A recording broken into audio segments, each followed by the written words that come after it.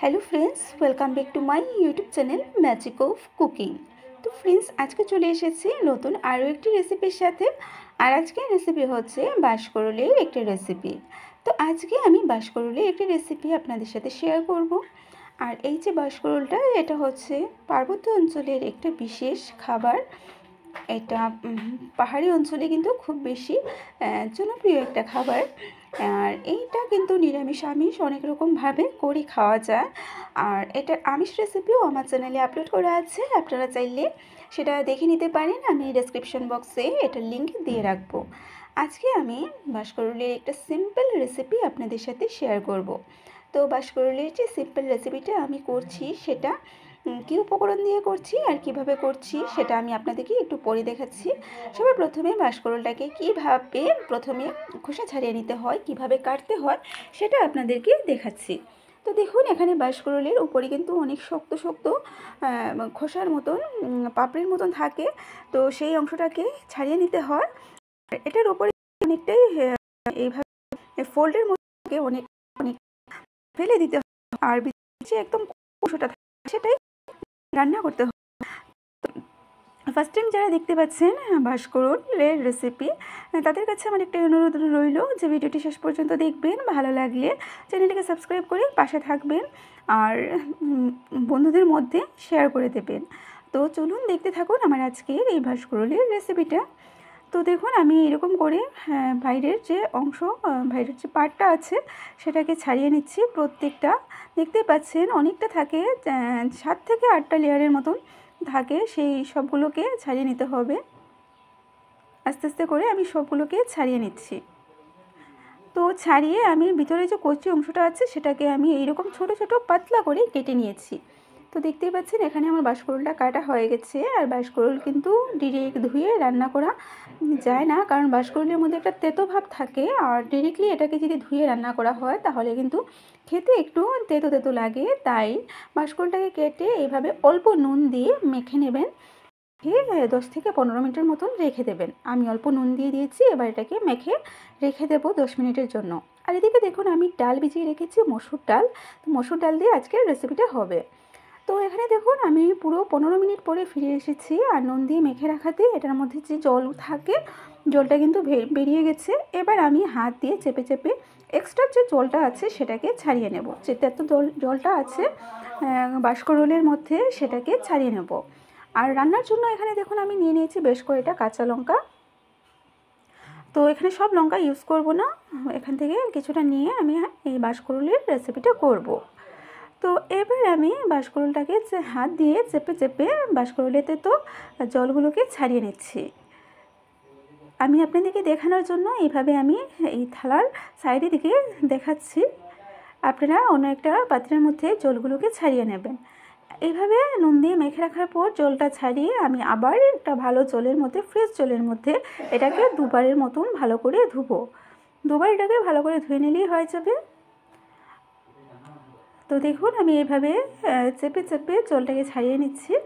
আর এটাকে আমি দুবার ধুবো, দুবার ধুয়ে তারপরে সেটা রান্নার জন্য তৈরি হয়ে যাবে। তো কতটা জল বের হচ্ছে দেখতেই পাচ্ছেন নুন দিয়ে মেখে রাখাতে। আর নুন দিয়ে মেখে রাখাতে না অনেকটা সফটও হয়ে যায়। তো জলগুলোকে আমি হাত দিয়ে চেপে চেপে ছাড়িয়ে নিয়েছি, দেখতেই পাচ্ছেন। ছাড়িয়ে নিয়ে ভালো করে ধুয়ে আবারও জল থেকে আমি এইভাবে হাত দিয়ে চেপে চেপে তুলে নিয়েছি। এবার রান্নাটা শুরু করব।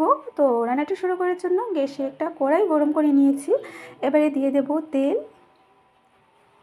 এবার তেলটাকে গরম করে ফোড়নটা দিয়ে দেব। তেল গরম হয়ে গেছে, ফোড়নে একটা শুকনো লঙ্কা দিয়ে দিলাম আর দিয়ে দেব গোটা জিরে। এবার ফোড়নটাকে হালকা ভেজে নেব। দেখুন ফোড়নটা ভাজা হয়ে গেছে। এবারে কেটে রাখা বাঁশকরলগুলো দেওয়ার আগে সবার প্রথমে যে ডালগুলোকে ভিজিয়ে রেখেছিলাম, মসুর ডাল, সেই ডালটাকে প্রথমে হালকা ভেজে নেব।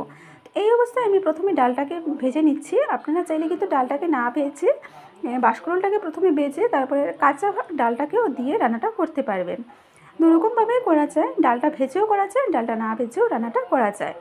এবার হালকা পরিমাণে আমি একটু হলুদের গুঁড়ো দিলাম আর পরিমাণ মতো নুন দিয়ে ভালো করে এটাকে একটু নাড়াচাড়া করে ভেজে নেব। গ্যাসের আঁচটাকে এবার আমি লো টু মিডিয়াম আঁচে রেখে ডালটাকে নাড়াচাড়া করে ভেজে নিচ্ছি। ডালটাকে খুব বেশি ভাজবো না, নাহলে কিন্তু পরে ডালটা সেদ্ধ হবে না। তো ডালটা ভাজা হয়ে গেছে দেখতেই পাচ্ছেন। এবারে দিয়ে দেবো এখানে কাঁচা লঙ্কা। তো আমি এখানে 5টা কাঁচা লঙ্কা দিয়েছি। আর ঝালের জন্য আমি একটা সেন্টের যে লঙ্কা আছে সেগুলো দিয়েছি। ব্যাস এবার ভালো করে সব কিছুকে নাড়াচাড়া করে মিশিয়ে নিলাম। মেশানোটা হয়ে গেছে। এবার এই যে নুন দিয়ে মেখে ভালো করে ধুয়ে রেখেছিলাম বাঁশকরুলটা, সেটাকে এবার দিয়ে দিচ্ছি। এটা কিন্তু খুবই টেস্টি। এটাকে আপনারা একবার রান্না করে খেয়ে দেখবেন, ভীষণ টেস্টি হয় এটা খেতে বাঁশকরুলটা। তো ভালো করে এবার এটাকে নাড়াচাড়া করব। আর বাঁশকরুলের যে একটা কাঁচা ভাব থাকে সেটা চলে যাওয়া পর্যন্ত এভাবেই নাড়াচাড়া করতে হবে। তো আমি একটু সময় নিয়ে এটাকে নাড়াচাড়া করে নিচ্ছি। তো দেখুন আমি প্রায় 1 থেকে 1.5 মিনিটের জন্য এটাকে নাড়াচাড়া করে নিলাম।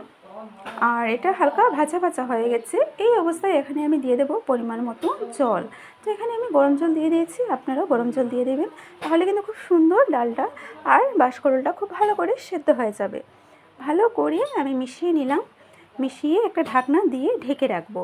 আর এখানে এক্সট্রা কোনো মশলা ইউজ করতে হবে না। হলুদের গুঁড়োটা আমি আগেই দিয়ে দিয়েছি, আর লাগবে না দিতে। তো 3 মিনিটের জন্য ঢাকনা দিয়ে ঢেকে রেখেছিলাম।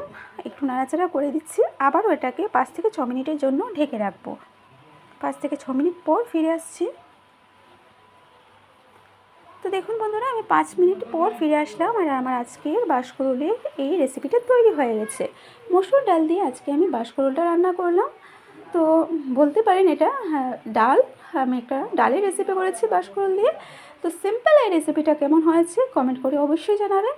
ভালো লাগলে লাইক করবেন, শেয়ার করবেন, সাবস্ক্রাইব করে পাশের বেল আইকনটিতে ক্লিক করে দেবেন, যাতে আমার চ্যানেলে আপলোড করা ভিডিওগুলো সবার আগে আপনাদের কাছে পৌঁছে যেতে পারে।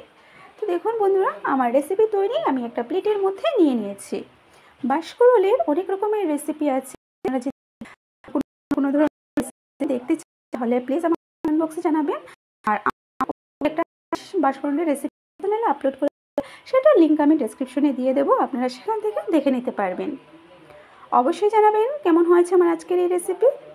আবারও চলে আসবো আপনাদের সামনে এইরকম নতুন নতুন রেসিপির সাথে।